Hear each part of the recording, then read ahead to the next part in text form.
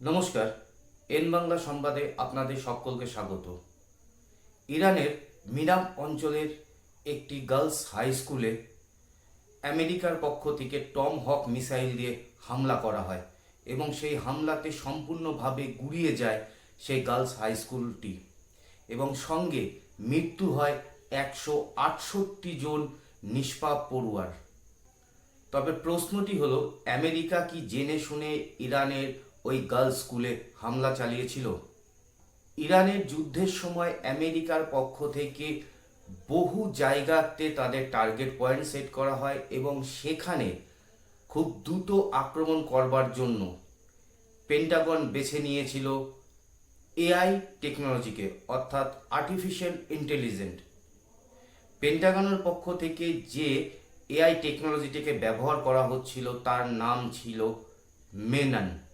AI টেকনোলজিতে যখন পেন্টাগনের পক্ষ থেকে ইন্টেলিজেন্ট ইনপুট করা হচ্ছিল, তখন এই এআই টেকনোলজি ইরানের সেই স্কুলটিকে তাদের একটি সৈন্য ঘাঁটি হিসাবে প্রস্থাপন করে এবং তারপরেই আমেরিকার পক্ষ থেকে ফাইটার জেট গিয়ে সেখানে টম হক মিসাইল দ্বারা সেই স্কুলটিকে আঘাত করা হয় এবং সেই আঘাতে সম্পূর্ণভাবে ধ্বংস হয়ে যায় গার্লস স্কুলটি এবং মারা যায় 168 জন নিষ্পাপ ছাত্রী যারা ওই স্কুলে পড়তে গেছিল।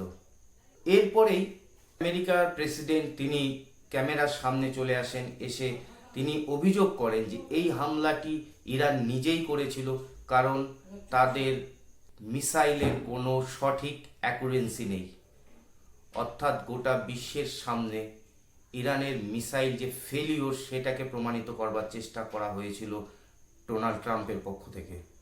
এই হামলার 10 দিন পরেও পেন্টাগন কর্তাদের পক্ষ থেকে কোনো রকম কোনো প্রতিক্রিয়া আসেনি, কিন্তু সাম্প্রতিক তারা স্বীকার করে নিয়েছে যে এআই টেকনোলজি ভুল ইনফরমেশনের জন্যই তারা ইরানের এই গার্লস স্কুলে হামলা করে এবং যার ফলে মারা যায় 168 জন নিরীহ ছাত্রী।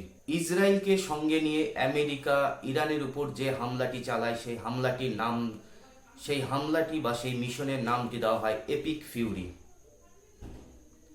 আমেরিকা ভেবেছিল যে আমরা ইরানের উপর সরাসরি হামলা করব, ইরানের শীর্ষ নেতৃত্বকে আমরা শেষ করে দেব এবং নেতৃত্বের অভাবে ইরানের সাধারণ জনগণ তারা দেশের বিভিন্ন জায়গায় আন্দোলন করবে এবং সেই আন্দোলনের সুযোগ নিয়ে আমেরিকার পক্ষ থেকে একটি পাপেট সরকার গঠন করা হবে ইরানের বুকে। কিন্তু আমেরিকা যে ভুলটি করেছিল সেম একই ভুল করেছিল রাশিয়াও ভেবেছিল যে তারা ইউক্রেনের উপর হামলা করবে এবং 7 থেকে 10 দিনের মধ্যে সমগ্র ইউক্রেনকে তারা দখল করে নেবে। সেম একই ভুল আমেরিকার পক্ষ থেকে ট্রাম্প প্রশাসন করেছে। তারা মাপতে পারেনি ইরানের আইআরসিজি কোরকে, যারা খামেনির মৃত্যুর পর ইরানের দায়িত্ব নিজেদের কাঁধে তুলে নিয়েছিল এবং এই বাহিনী গঠন হয় 1989 সালে ইরানের নতুন বিপ্লব আসার পরে। এই বাহিনীর মূল উদ্দেশ্যই একটি জিনিস ছিল, ইরানের নতুন ইসলামিক সরকারের শাসন রক্ষা করা, বিপ্লব বিরোধী শক্তিকে দমন করা এবং দেশের নিরাপত্তা ও আদর্শকে রক্ষা করা।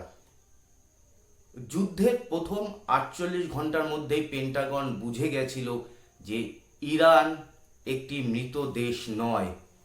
এই যুদ্ধে ইরান একটা জিনিস পরিষ্কার ধরে নিয়েছে যে ইরানের পক্ষ থেকে তাদের হারানোর কিছুই নেই। তারা এই যুদ্ধকে লম্বা টানবে বা দীর্ঘায়িত করবে। এইখানে আর্থিক ক্ষতির মুখে পড়বে উন্নত দেশ যেমন আমেরিকা এবং ইসরায়েল। পেন্টাগনের পক্ষ থেকে বলা হয়েছে এই যুদ্ধে আপাতত আমেরিকার পক্ষ থেকে প্রায় $20 মিলিয়ন খরচা হয়ে গেছে, যা একটি হিউজ পরিমাণে অর্থ খরচা হয়ে গেছে এই যুদ্ধে। এবং এই যুদ্ধের মূল উদ্দেশ্য আমেরিকার কি ছিল? আমেরিকা এবং ইসরায়েলের এই যুদ্ধের একটাই উদ্দেশ্য ছিল, আমেরিকা এবং ইসরায়েলের তথাকথিত ইরানের যে নিউক্লিয়ার বাংকারগুলো রয়েছে সেটাকে নষ্ট করা এবং ইরানের রিজিম চেঞ্জ করে গালফ কান্ট্রি এবং দক্ষিণ এশিয়ার তেলের কন্ট্রোল আমেরিকা নিজের হাতে নিতে চেয়েছিল। এটি ছিল আমেরিকার প্রধান উদ্দেশ্য। কিন্তু আজকের ডেটে দাঁড়িয়েও ইরান আমেরিকাকে যেভাবে পাল্টা জবাব দিচ্ছে, তাতে পরিস্থিতি এমন একটি জায়গায় দাঁড়িয়ে গেছে যে এই যুদ্ধে সরাসরিভাবে নিশ্চিত করে কেউ বলতে পারবে না যে এই যুদ্ধে আমেরিকা ইসরায়েল জিতবে বা ইরান জিতবে। যুদ্ধের পরিস্থিতি এখন এমন একটা জায়গায় দাঁড়িয়ে গেছে, এর ফলে আমেরিকাতে ডোনাল্ড ট্রাম্প প্রশাসনের উপর চরম ক্ষুব্ধ হয়ে রয়েছে সাধারণ আমেরিকার জনগণ, এবং তারা বুঝতেই পারছে না আমেরিকা এই বিনা উদ্দেশ্য পরিণত এই যুদ্ধ তারা চালিয়ে যাচ্ছে। আজকের এই প্রতিবেদনটি এখানেই সমাপ্ত হচ্ছে। যদি প্রতিবেদনটি ভালো লেগে থাকে তাহলে অবশ্যই চ্যানেলটিকে সাবস্ক্রাইব করে আমাদের সঙ্গে যুক্ত থাকুন।